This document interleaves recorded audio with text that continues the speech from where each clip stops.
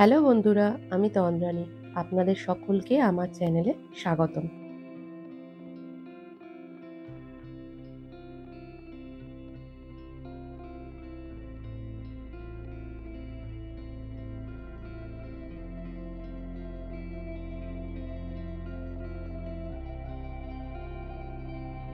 এখন বাজে সকাল 9:30।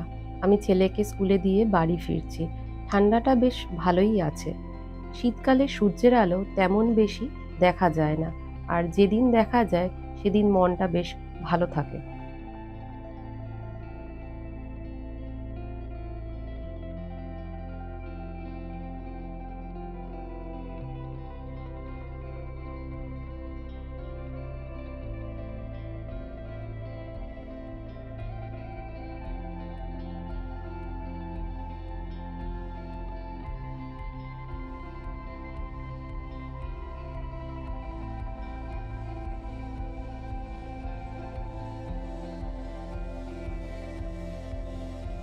গথেনবর্গে শীতকালে এইভাবে চারিদিকে কুয়াশাচ্ছন্ন হয়ে থাকে।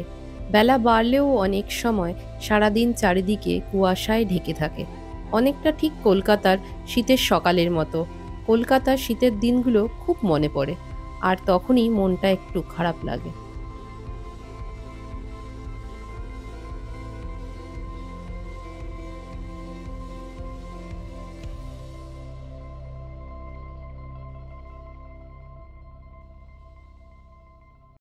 টেম্পারেচারটা যেহেতু মাইনাসে আছে, তাই দেখুন গাছগুলো এখনো সাদা হয়ে আছে।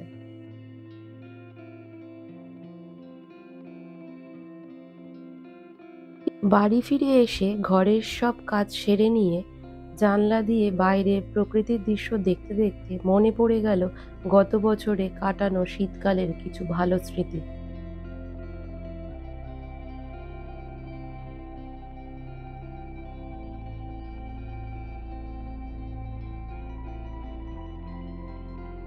গত বছর এই সময় আমরা ছিলাম নর্তালিয়াতে। এটি স্টকহোম থেকে 50 কিলোমিটার দূরে অবস্থিত একটি ছোট শহর।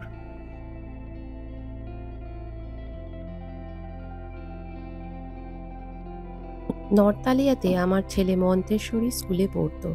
ইউরোপিয়ান কান্ট্রিগুলোতে ডিসেম্বরে ক্রিসমাসের আগে স্কুলগুলোতে সান্তা লুসিয়া ডে পালন করা হয়।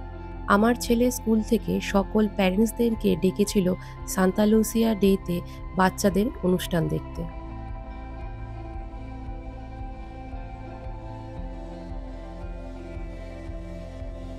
সেদিন গোটা স্টকহোম এবং নর্তালিয়া জুড়ে ভারী তুষারপাত এবং তুষারঝড়ের অ্যালার্ট জারি করা হয়েছিল। কিন্তু যেহেতু ছেলের স্কুলে সান্তা লুসিয়া ডের বাবা মার উপস্থিতি বাঞ্ছনীয় ছিল, আমাদের সকলকেই সকাল 6টার মধ্যে ছেলের স্কুলে পৌঁছতে হয়েছিল। স্কুলে যাওয়ার সময় তুষারপাত হচ্ছিল, কিন্তু ফেরার পথে তুষারপাতের সাথে সাথে তুষারঝড়ের মুখোমুখি আমাদের হতে হয়েছিল। সেই অভিজ্ঞতাই আমরা ক্যামেরাবন্দি করেছিলাম, যেটা আপনাদের সামনে তুলে ধরলাম। অনুষ্ঠান দেখে ফেরার সময় আমরা স্নোস্টর্মের মধ্যে পড়ি। দেখুন, তখন বাজে সকাল 8:30। দেখে বোঝাই যাচ্ছে না। চারদিকে এত স্নো পড়ে আছে যে কোথায় রাস্তা আর কোথায় মাঠ তা বোঝাই দায়। প্রচণ্ড বেগে হাওয়া দিচ্ছিল, আর সাথে তাল মিলিয়ে খুব তুষারপাতও হচ্ছিল। এলোমেলো হাওয়ার ফলে স্নো চোখে মুখে এসে পড়ছিল, আর পা পুরো বরফে ঢুকে যাচ্ছিল। এই বরফের মধ্য দিয়েও আমার ছেলে দৌড়াতে শুরু করে। এত তুষারপাত হচ্ছিল যে কিছুই দেখা যাচ্ছিল না চারদিকে। সামনে কেউ আসছে কিনা তাও বোঝা যাচ্ছিল না।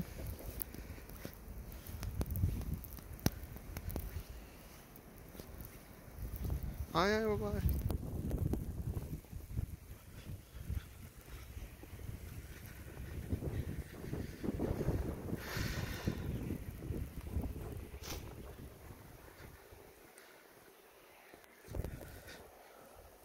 Come.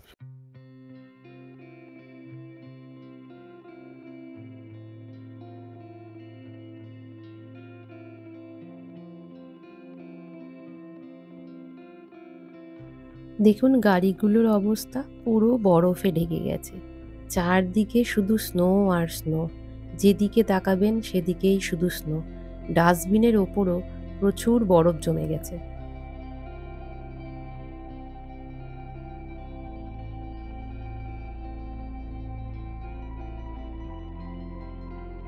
ওই দিন আমার হাজব্যান্ডকে অফিস থেকে বাড়ি ফেরার সময় সমস্যায় পড়তে হয়েছিল। বাস ট্রেন সেদিন খুব কম চলছিল। সারাদিন ধরে স্নোফল হয়েছিল। দেখুন গাছগুলো দেখতে কত সুন্দর লাগছে। দেখতে খুব সুন্দর লাগে, কিন্তু সেই পরিস্থিতিতে পড়লে বোঝা যায় কতটা কষ্টকর। এই রকম স্নোফলের মধ্য দিয়ে হেঁটে আসতে শ্বাসেরও প্রবলেম হয়। চারদিকে তাকালে শুধু স্নো আর স্নো। দেখুন স্ট্যাচুগুলোর অবস্থা পুরো বরফে ঢেকে গেছে।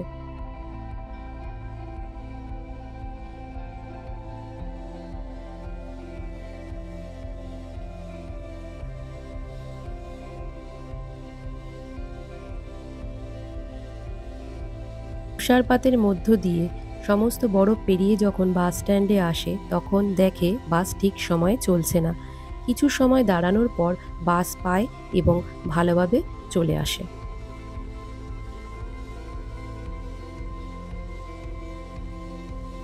কেমন লাগলো আমাদের এই তুষার ঝড়ের অভিজ্ঞতা? অবশ্যই কমেন্ট করে আমাকে জানাবেন। পারলে আপনাদের ব্যক্তিগত অভিজ্ঞতাও শেয়ার করতে পারেন।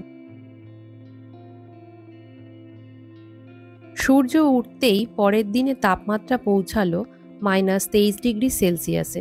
সুতরাং বুঝতেই পারছেন ঠান্ডাটা কতটা ছিল। তারপর দিন সকালের সমস্ত কাজ সেরে আমি আর আমার ছেলে চারপাশ ঘুরতে বেরোই। চারদিকে এক হাঁটু সমান বরফ জমে গেছিল। পাইন গাছগুলো সব বরফে সাদা হয়ে গিয়েছিল। রাস্তাগুলো পরিষ্কার করে দিলেও তার পাশ দিয়ে চাই সব বরফ জমেছিল।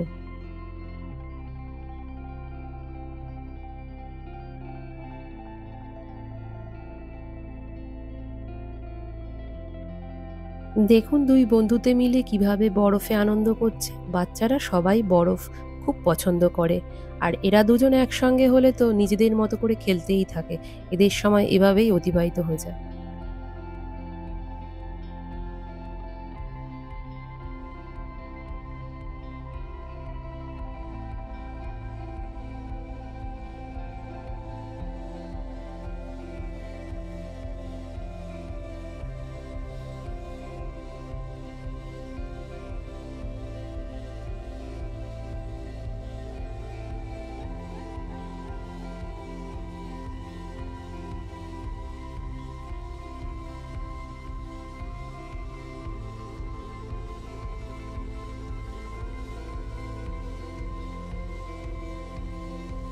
আমার ছেলেকে দেখুন, সব সময় স্নো দিয়ে খেলতে খুব ভালোবাসে। স্নো দেখলে যেন পুরো পাগল হয়ে যায়। আপনাদের কার কার স্নো খুব ভালো লাগে জানাবেন।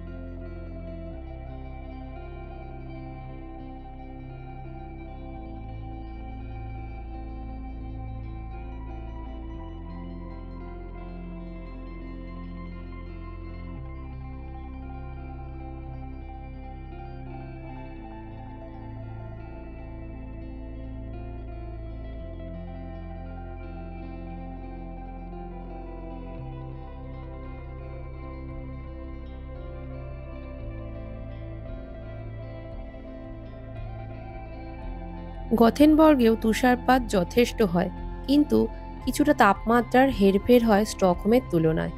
এই ধরুন 19 আর 20। তবে শীতের সময়টা স্নোফল হলে বেশ রোমাঞ্চকর লাগে আমার, কারণ আমি স্নো ভীষণ ভালোবাসি।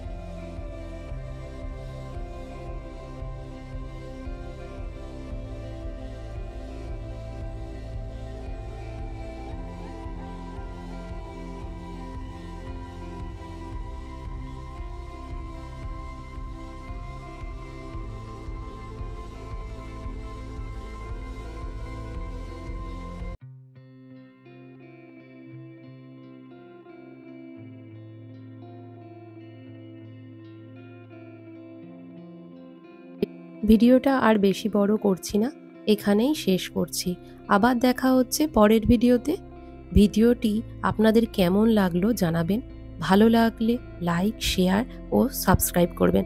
টাটা।